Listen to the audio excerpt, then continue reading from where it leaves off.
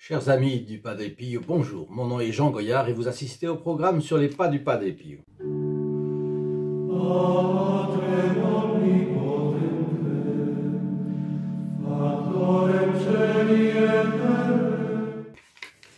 Nous avons laissé le Padre Pio la dernière fois, après cette bilocation étonnante où il est apparu au pape. Il est venu dans une réunion d'évêques avec le pape, et il s'agissait de condamner le Padre Pio, et lui-même est apparu tranquillement, claudiquant, mais d'un pas décidé. Il est arrivé devant le pape, il s'est agenouillé, il a baisé ses pieds, il a demandé au pape de ne pas faire cela, et donc pour le bien de l'Église. Et c'est ainsi que, à la stupéfaction de tout le monde, il est reparti. Mais il n'avait pas bougé du monastère de San Giovanni Rotondo. Bon, ça a été évidemment le coup d'éclat du Padre Pio. Donc, dans cette année, eh bien, les choses continuent, les rumeurs, malheureusement, vous le savez, continuent. Nous sommes déjà dans l'année 1926 et finalement, Monseigneur Gagliardi, qui est l'évêque ordinaire dont dépend San Giovanni Rotondo, Manfredonia, l'évêque de Manfredonia, eh bien, il est franchement calomniateur, menteur, c'est affreux. Bon, mais finalement, il y a plusieurs évêques qui défendent le Padre Pio. Et nous avons un évêque, Monseigneur Bevilacqua, qui est nommé pour une visite apostolique sur le chapitre des chanoines de San Giovanni Rotondo. Et officiellement, on ne parle pas d'une visite auprès de l'évêque, mais disons, c'est auprès des chanoines. Monseigneur Bevilacqua prend contact avec les uns, avec les autres, et il rencontre même le général Ugo Franco, qui est préfet de Foggia. Et là, le préfet lui dit: il faut donner un bon coup de balai dans ce chapitre de San Giovanni Rotondo. Donc, on voit que les autorités civiles étaient au courant des désordres. Le fait est que l'archiprêtre Principe, donc qui a barre sur les chanoines de Nitis, le Paladino et Michio sont interrogés, le maire est interrogé, les anciens élus sont interrogés, les choses sont de plus en plus claires.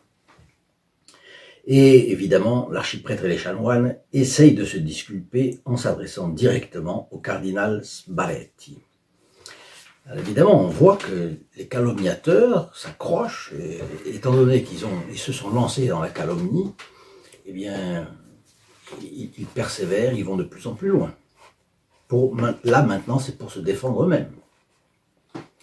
Mais toutes ces lettres cette lettre et les autres bruits n'ont pas servi les accusés finalement. Parce que de son côté, un fidèle du Padre Pio qui est beaucoup trop agité, et il est trop zélé, mais enfin bref, il cherche des documents, il cherche des éléments et il les trouve. Et il les fait connaître. Le résultat, les premières sanctions sont prises. Le père Paladino, qui avait été déclaré suspens à divinis pour 1 mois, à la fin du mois de juin, est finalement définitivement éloigné de San Giovanni Rotondo en octobre.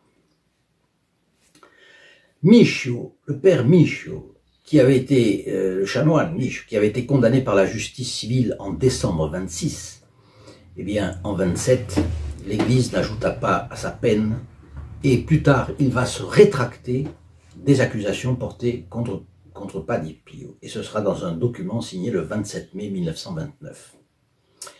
L'archipêtre Principe, lui, il était supérieur direct du chapitre des chanoines. Il était responsable des errements et de l'inconduite de tous. Mais on sait que lui, en plus, il avait eu au moins une personne qui était sa maîtresse, puisque cette personne s'était confessée au Padre Pio et avait écrit pour Emanuele Brunato, qui était ce fils spirituel trop agité et trop fougueux du Padre Pio. De toute façon, ça avait servi. Mais lui, il produit opportunément un certificat médical qui le déclare atteint d'asthénie psychique. Je n'ai pas regardé qu'est-ce que c'est, mais enfin, en tout cas, on comprend que c'est un certificat médical pour échapper à l'enquête. Enfin, on le tint quitte après repentance. Il fait repentance. Et quelques années plus tard, il présentera ses excuses au Padre Pio pour le mal qu'il a commis à l'époque. Donc, l'ordre et la paix rentrent à peu près à San Giovanni Rotondo. Mais il y a toujours l'évêque, Monseigneur Gagliardi. Et il a fallu une seconde visite apostolique pour en finir avec cet évêque scandaleux. Les accusations contre Monseigneur Gagliardi, qui était évêque, même archevêque de Manfredonia depuis 1897, donc on est en 1927, donc ça fait 20 ans, 9, 10, 11, 12, ça fait 30 ans. Bon,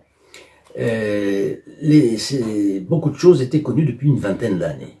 Bien, mais c'est incroyable qu'une chose pareille reste, un évêque reste en place malgré tout ça, c'est incroyable. Bref, finalement, 9 des chanoines, le 26 septembre 1927, 9 des chanoines adressent une lettre à la congrégation du concile pour dénoncer les agissements de leur évêque. Comment est-ce qu'il réagit, l'évêque? Il suspend les 9 chanoines aussitôt et il les envoie suivre une retraite d'après les exercices spirituels de Saint Ignace à Naples. Mais là encore, ça ne lui sert pas parce que les punis décident de s'adresser directement au pape. Ils envoient une lettre au pape Pie XI et il s'agit de simonie, c'est-à-dire échanger une autorisation contre de l'argent, simonie pour accepter d'ordonner des prêtres homosexuels, violence sexuelle sur des religieuses cloîtrées, détournement de fonds et d'honoraires de messe. Bon, un scandale qui durait depuis 20 ans. Comment est-ce possible? Cet évêque était là, à 400 km, non, même pas, 200 km de Rome. Bon. Enfin, le 22 mai 1928, la congrégation du consistoire, spécialement chargée des évêques, nommait enfin un visiteur apostolique, Monseigneur Bruno, et il a tous les pouvoirs pour enquêter sur Monseigneur Gagliardi. Il n'a aucun mal à rassembler les témoignages, et à ce moment-là, la sanction va tarder quand même à venir, elle mettra 1 an. C'est quand même incroyable. Je suis sidéré, mais bon, voilà, on comprend. On se rappelle des apparitions de Notre-Dame à la Salette. Bien. Enfin, le Padre Pio, lui, continuait à être astreint aux mêmes restrictions dans l'exercice de son ministère sacerdotal et toujours traité en suspect. Il n'avait toujours pas retrouvé sa liberté d'écrire, ni de parler, à ses fils spirituels, ni aux fidèles. Vous vous rendez compte, c'est ça. Mais à San Giovanni Rotondo, pendant ce temps, évidemment, les rumeurs vont bon train, les deux camps, puisque évidemment ça s'est su partout, il y a certains tiennent pour l'un, certains tiennent pour l'autre, vous voyez. Le Padre Pio, malgré lui, a été confronté à ce genre de problème, parce qu'en fait, c'est à propos de sa personne que ça se passe. Mais pendant ce temps-là, lui, il souffre. Il souffre physiquement, il souffre spirituellement, et le 3 janvier 1929, c'est la mort de sa mère. Et là, il a été extrêmement triste, puisque c'est grâce à sa mère qu'il avait eu sa vocation, c'est grâce à sa mère qu'elle l'a soutenu, etc. Donc voilà. Mais enfin, les choses arrivent. Après, il a de nouvelles douleurs physiques, de nouvelles épreuves de l'âme, et on va voir une chose, que ça va durer toute l'année 1929 quasiment. Il a des tentations contre la foi, des tentations de désespoir. Alors il raconte comment tout ça c'est parti, ça s'est évanoui. C'était le 15 août, fête de Notre-Dame, 15 août 29. Il était à l'hôtel pour la célébration de la Sainte Messe. Et des douleurs physiques et des peines intérieures terribles qui jouaient à martyriser le plus mon pauvre être, raconte-t-il. Mais au fur et à mesure que s'approchait la consécration, puis la consommation des très saintes espèces, cet état horrible grandissait, s'intensifiait, il se sentait mourir. Une tristesse mortelle m'envahissait tout entier, dit-il, et je croyais que tout était fini pour moi, vie terrestre et vie éternelle. Et le plus, la pensée prépondérante qui m'attristait le plus était celle de ne pouvoir montrer davantage ma reconnaissance et mon amour à la divine bonté. Ce n'était pas tant l'enfer qui me terrorisait, puisque tout à l'heure on dit même la vie éternelle, il craignait pour sa vie éternelle, donc, mais ce n'était pas tellement l'enfer qui me terrorisait que la claire connaissance que là-bas, en bas, il n'y a plus d'amour. Et c'est cela qui faisait tout à la fois en un instant et à tous les instants une infinité de morts au Padre Pio. Bon, on avait atteint un sommet. On avait touché la cime, c'est lui qui parle, la cime de l'agonie, et où nous croyons trouver la mort, j'ai trouvé le réconfort et la vie.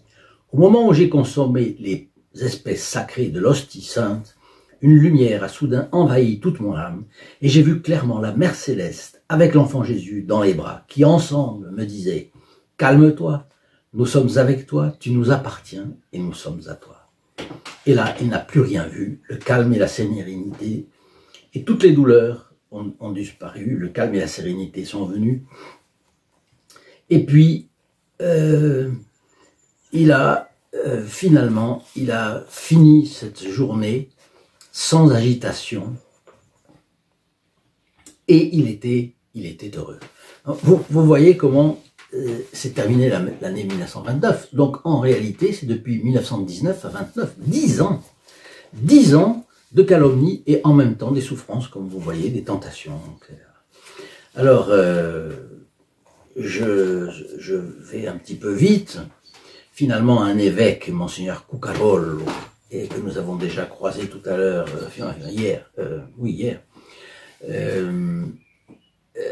a décidé de s'activer en faveur de son confrère capucin, le Padre Pio. Il a écrit à un cardinal, nouvellement nommé à la congrégation du consistoire, et il donne le témoignage complet sur l'évêque de Manfredonia. Sa lettre est du 1er septembre 1929. Un mois plus tard, l'évêque de Manfredonia était enfin destitué et on l'a envoyé dans sa famille et il a l'interdiction désormais de porter ses insignes épiscopaux. Voilà finalement un poids immense qui est enlevé. Et pendant ce temps-là, dès 1928, le supérieur élu du couvent Santa Maria delle Grazie était un proche de Padre Pio, le père Raffaele de Sant'Elia a Pianisi, dont je vous ai déjà entretenu. Mais à ce moment-là, les choses se corsent encore. On veut encore, c'est incroyable, la persévérance du malin, on veut transférer de nouveau le Padre Pio en dehors de San Giovanni Rotondo. Et là, une garde du couvent est encore une fois organisée avec tout ce que vous imaginez de presque de menaces et de violence, parce que on ne veut plus permettre à San Giovanni Rotondo, on ne veut plus permettre que le saint Padre Pio soit exfiltré. Là, pas question. Et nous allons continuer la prochaine fois. Demain, je vous en raconterai d'autres, mais vous voyez à quel point un capucin qui s'éloigne dans un couvent pour être complètement ignoré, appartenir à Dieu, etc., les circonstances ont fait que le Padre Pio a été au contraire mis en avant et faisait l'objet d'articles de presse, de complications, d'attaques, de défense. Bon, voilà. Lui qui voulait le silence du cloître, eh bien, il a eu La Providence lui a demandé le contraire. Mais c'était pour la gloire de Dieu. Et en tout cas, voilà un peu ce chapitre, cet autre chapitre de la vie du Padre Pio. Si cela vous a plu, n'hésitez pas à mettre votre like à cette vidéo, à la partager. Je vous dis pourquoi la partager. En la partageant, vous entrez instantanément dans les intentions de la messe célébrée pour nous le vendredi à midi, donc le vendredi qui suit votre partage. Et les personnes auxquelles vous partagez cette vidéo également sont placées dans ces intentions et donc bénéficient d'un cadeau immense. On ne va pas oublier de leur donner ce cadeau pour rien que parce qu'on n'a pas envie de faire un clic. Bon, ben, évidemment. Alors, si vous partagez une de ces vidéos de la chaîne une fois par semaine pendant 4 semaines, et bien vous avez les 4 messes. C'est tout simple. Et si c'est au-delà, ben ça sera aussi au-delà. Par contre, les protégés du Padre Pio, eux, ils ont une autre chose, c'est qu'ils sont dans les intentions de la messe. Chaque vendredi à midi, ils savent qu'une messe est dite pour eux, la messe de valeur infinie, et ils en ont ce bénéfice. En plus de ça, ils prient les uns pour les autres, rappelez-vous. Donc les fils protégés du Padre Pio, vous les trouvez dans notre site, st-padre-pio à la fin de cette description de vidéo. Et ils ont des images du Padre Pio, ils ont aussi des médailles du Padre Pio, mais maintenant, c'est une chose que je vous annonce aujourd'hui en fin de vidéo, notre livre est enfin sorti, et je l'ai quelque part par là. Il est là, et évidemment, il sera envoyé gratuitement aux personnes qui sont le voilà, aux personnes qui sont protégées du Padre Pio. Voilà ce livre, il est écrit d'une manière très agréable, très facilement lisible, mais il a aussi un cahier de photographie, et je pense que cela vous plaira. Cela plaira d'abord à tous les protégés du Padre Pio. Mais je pense que ça peut plaire à beaucoup d'autres. Mais malheureusement, nous n'avons qu'un stock limité. Donc, il faut tenir compte de ces contingences. C'est diffusé gratuitement, ce n'est pas à la vente. Donc, vous comprenez, ce sont des donateurs qui nous l'ont offert. D'ailleurs, les fils protégés du Padre Pio. Donc, vous voyez que il faut... pour l'instant, on ne peut pas faire autre chose. Mais... on va y arriver. Petit à petit, on arrivera. Je vous demande vos commentaires, et bien sûr, parce que je vais les lire, et ensuite je vous les commenterai s'il y en a quelques-uns qui sont d'intérêt général. Je vous souhaite la bénédiction du Padre Pio. Je vous dis à demain. Au revoir.